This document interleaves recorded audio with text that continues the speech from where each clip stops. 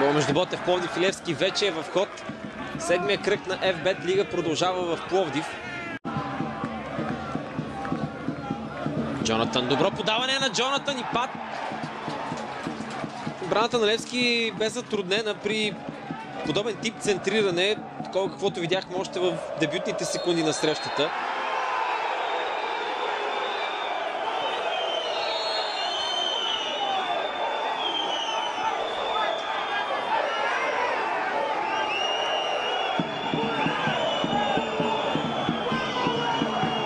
Цикърски стигна до топката, въпреки това обаче и Ивайло Найденов направи необходимото, за да първа нееднократно акцентираше внимание тъкмо върху това Георги Тодоров. Сега Паулиньо, възможност, удар, който е блокиран. Претенциите на сините обаче са за игра с ръка. Това е въпросната ситуация.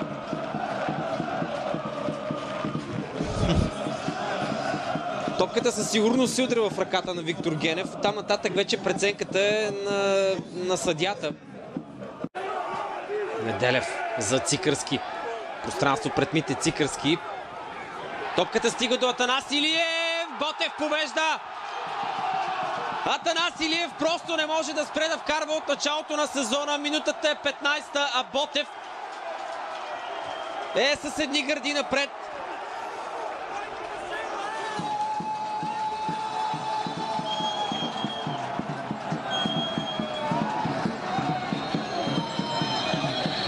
Шести гол от началото на сезона за Атанас Илиев.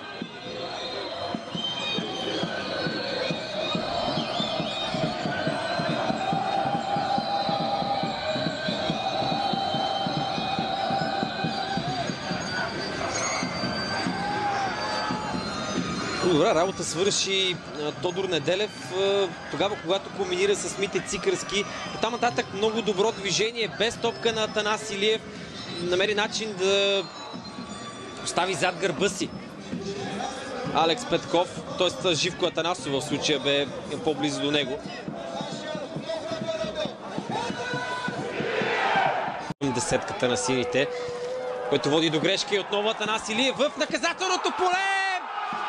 2-0 за Ботев Пловдив в рамките само на 6 минути. Атанас Илиев пронизва на два пъти вратата на Николай Михайлов.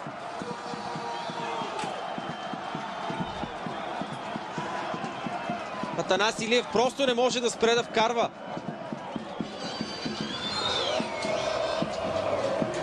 Гол, който между другото идва по изключително идентичен начин спрямо първото попадение.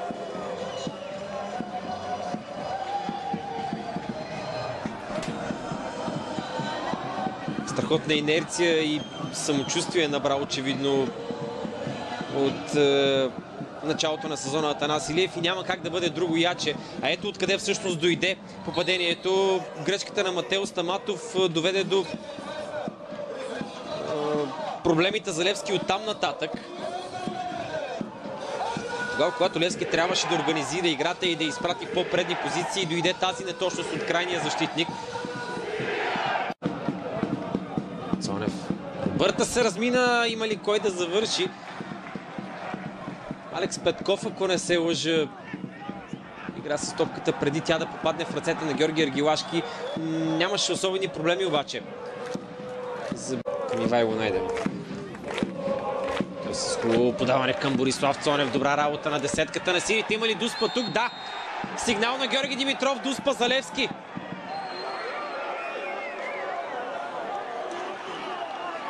Ето как тук много находчивия начин, по който се обърна с топката след като я получи.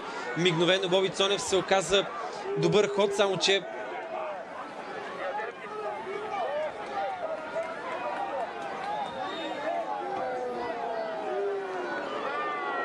Георги Димитров прецени да даде Дуспа в полза на Левски и зад топката ще застане тъкмо Боби Цонев. Отново, между другото, и срещу ЦСКА 1948 Борислав Цонев си изработи Дуспа, след това реализира сам. Да видим дали и сега случая ще бъде такъв. Възможност обаче за Левски да намали пасива си на половина.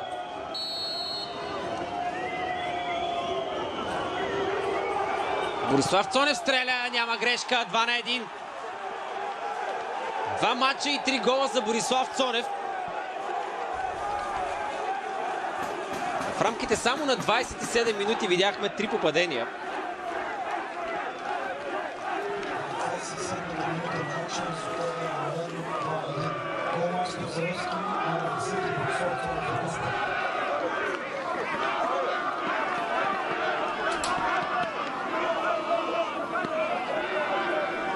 Равносметката към момента за Борислав Цонев е 3 мача.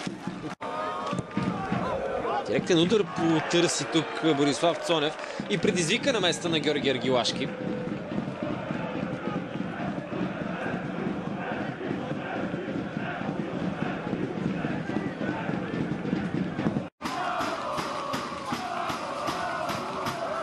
Цонев, Найджел Робърта покрай вратата.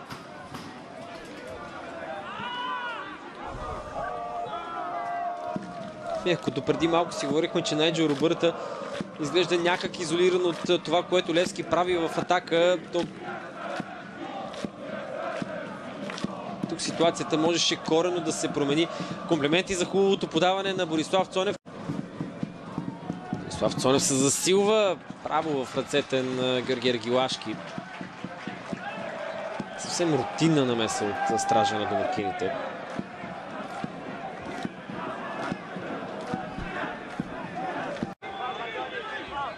Старокин. Стивън Петков. Много добра работа на Стивън Петков. Удар на Стайн Спирингс. И добра реакция на Георги Аргилашки.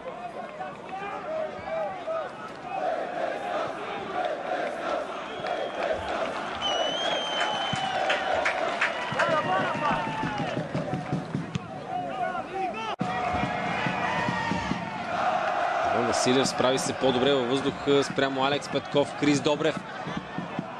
Удар на Крис Добрев, спасяване на Николай Михайлов. Тодор Неделев обаче ще разстигне топката. Вече сме отвъд добавеното време.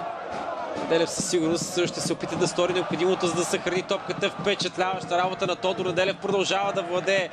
Много малко не достигна, затова паса да стигне до Иван Василев. Последен съдийски сигнал обаче.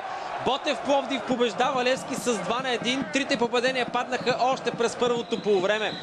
Атанас Илиев се разписа на 2 пъти, а впоследствие Борислав Цонев от Дуспа оформи крайния резултат. Среща от 7-я кръг на FBET Лига Ботев Левски 2-1.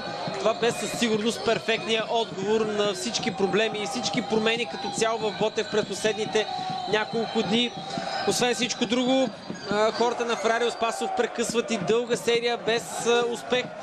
Втора победа за жълто-черните през сезона след онази постигнат още в първия ден от кампанията срещу Локомотив Пловдив. От друга страна, поражение, което идва в момент, при който Левски със сигурност се намираше в подем.